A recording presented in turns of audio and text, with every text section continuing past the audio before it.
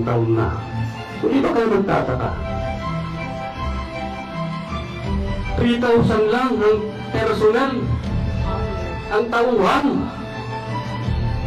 ng ahensang ito. Bakit? Para madaling kontrolin. Diba? Para gawing sindikato. Tangina.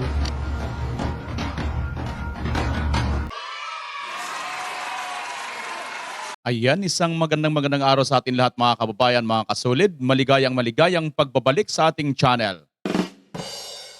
Sa araw na ito ay mayroon po tayong re-reaksyonan mga kababayan. Sa wakas, ang atin pong Vice President Inday Sara Duterte natupad na rin ang ating hinihiling na magsalita na. At ito na nga po mga kababayan, mukhang ito na po ang tinatawag na totoong suna, ang suna ng pangalawang Pangulo. Sapagkat dito po, direktang tinukoy kung ano po ang nangyayari ng nagiging problema ng ating bansa. At hindi katulad noong suna ni Mr. Marcos na ipinagyabang at pinalakpakan po ng mga tambaluslos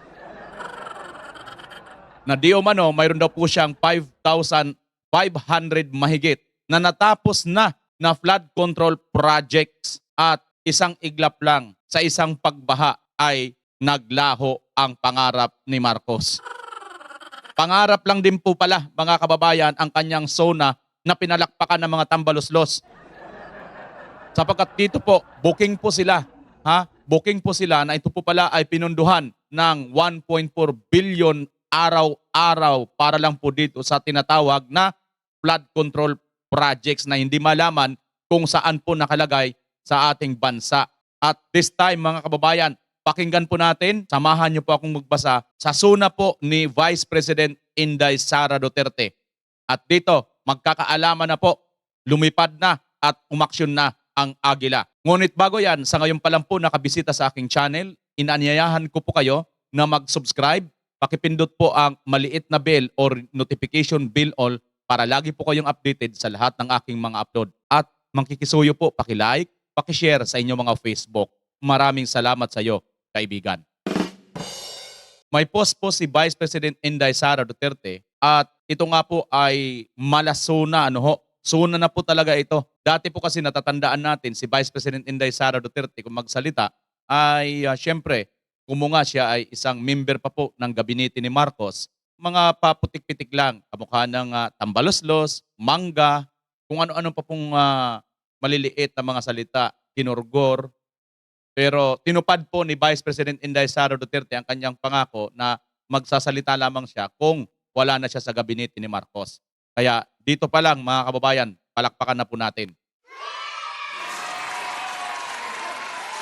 Ayan po mga kababayan, Inday Sara Duterte, may check po yan, sa kanya po yan. Mensahe para sa aking mga kapatid na Muslim. August 7, 2024. Sa aking mga kapatid na Muslim, nais kong ipaabot ang aking taus-pusong pasasalamat sa aking mga kababayan na kabilang sa 6 na Muslim tribes mula sa Davao City. Maraming salamat sa aking mga kapatid na Iranon, Kagan, Maguindanao, Maranao, Sama at Tausug para sa walang takot na pagpapahayag ng suporta at kagustuhang tumulong para sa kaligtasan ko at ng aking pamilya. Walay pulong nga makahulagway sa akong pagpapasalamat kaninyo. Ibig sabihin ng walay pulong na makahulagway, wala pong makakapag-describe ng nasalita sa aking pagpapasalamat sa inyo. Ngunit sa puntong ito, ano daw nun po sa puntong ito? Sadyang hindi na ang aking seguridad ang mahalaga, kundi ang kaligtasan ng ating bansa. Ayay, naalala nyo mga kababayan, noong ito nga si VP Inday Sara ay nakuhanan at inilabas po sa mga mainstream media yung larawan po ng kanyang pamilya na paalis po papuntang Germany. Nagbunsod po ito ng pagkabahala sa pangalawang Pangulo na ito nga po ay umapila siya sa public at tumugon naman po itong ating mga kapatid na mga Muslim para po sumuport kay Vice President Inday Sara sa security, sa kaligtasan ng kanyang pamilya. Ngunit ayon dito kay Vice President Inday Sara sa pagpapatuloy, ngunit sa puntong ito, sadyang hindi ang aking seguridad ang mahalaga, kundi ang kaligtasan ng ating bansa. Kaligtasan na po ng ating bansa ang mas inaalala ng ating pangalawang Pangulo. Ang Pilipinas ay, bakit daw po ganun mga kababayan? Sapagkat ito na pala, ang Pilipinas ay pinamumunuan dapat ng mga taong may malasakit at kakayanan para itaguyod ang malinis na pamahalaan at pag-unlad ng bayan. Subalit, ang Pilipinas ngayon ay pinamumunuan ng mga taong walang katapatan sa trabahong sinumpaan. Kaya ang tanging nananaig sa atin ay takot para sa kinabukasan ng mga anak. Ang Pilipinas bilang isang kapuluang dinadayo ng bagyo taon-taon ay may komprehensibong plano dapat at mga matatag na infrastruktura laban sa kalamidad.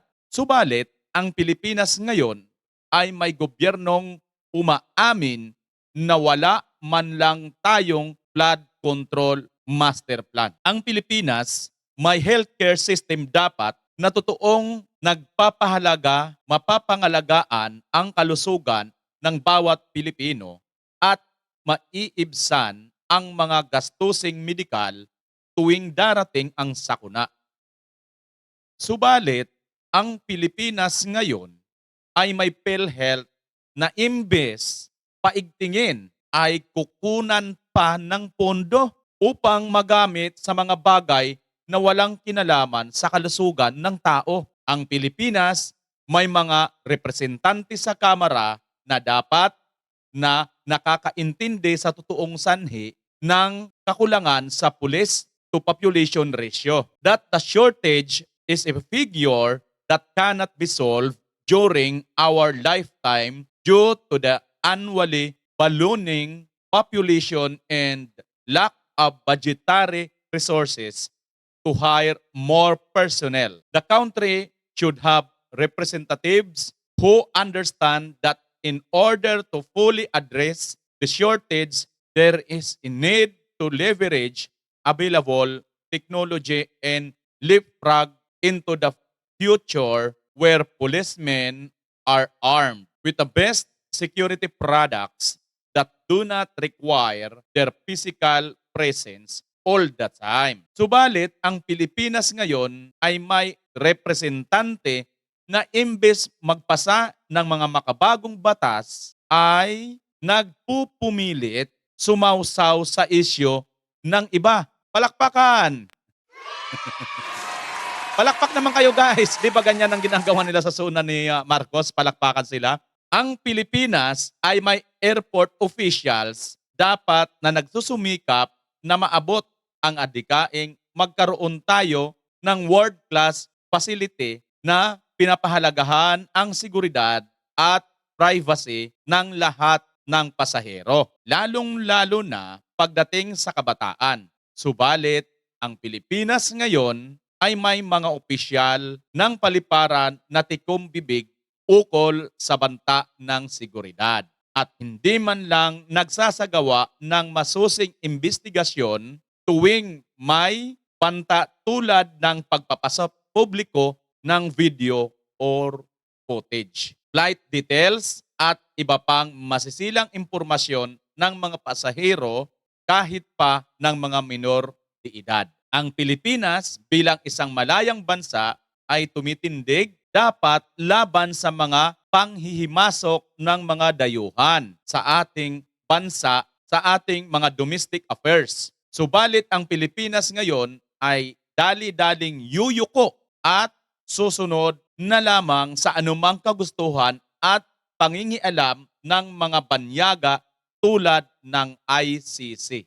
Mga kaigsuunan ko, sa sipag at galing ng Pilipino, nangunguna dapat ang Pilipinas sa ating mga karatig bansa. Subalit, ang Pilipinas ngayon ay patuloy na nagugutom, naghihirap at lumulubog ng dahil sa mga mapanlinlang para maupo sa pwesto. Pagod na tayong makita ang bayan na napag-iiwanang tinatrato na parang walang halaga. Hindi kaaya-aya at sunod-sunuran sa ibang lahi. We, Filipinos, deserve more than that. What we are hearing and seeing from the government right now. We, Filipinos, deserve better. We, Filipinos, should be the best. Allahu Akbar. Shukran. Sara Z. Duterte, Vice President of the Philippines. Ayan, mga kababayan, ang maliwanag na suna ng ating pangalawang Pangulo. At dito po, no, wala pa akong naririnig na magpapalakpakan, kaya ako na lang po papalakpak.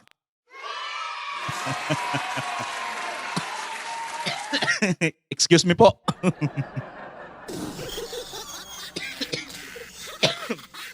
Wala nang ganun ngayon eh, no? Wala nang ganun na excuse me habang nagbabalita.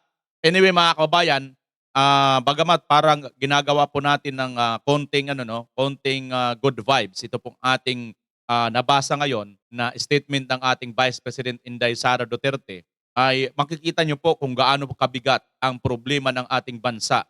At alam na po ni Vice President Inday Sara Duterte at natutukoy na po natin kung sino po dito yung nagpapabaya. Maliwanag sa sikat ng araw, mga kababayan, na ito pong ating pangalawang Pangulo ay handa na po siya harapin kung ano man po ang nakatakdang mandato sa kanya. Ano po ang inyong masasabi patungkol po dito sa atin pong nabasa at inyo pong narinig na mensahe ng ating pangalawang Pangulo? Maaari nyo pong i-comment dito sa baba ang inyo pong masasabi at inyo pong mga suwestyon at opinyon tungkol nga po sa SUNA na ipinadaan pong liham ni Vice President Inday Sara Duterte. Maraming salamat sa inyong lahat sa muli ninyong pagtunghay at pagsubaybay sa ating channel.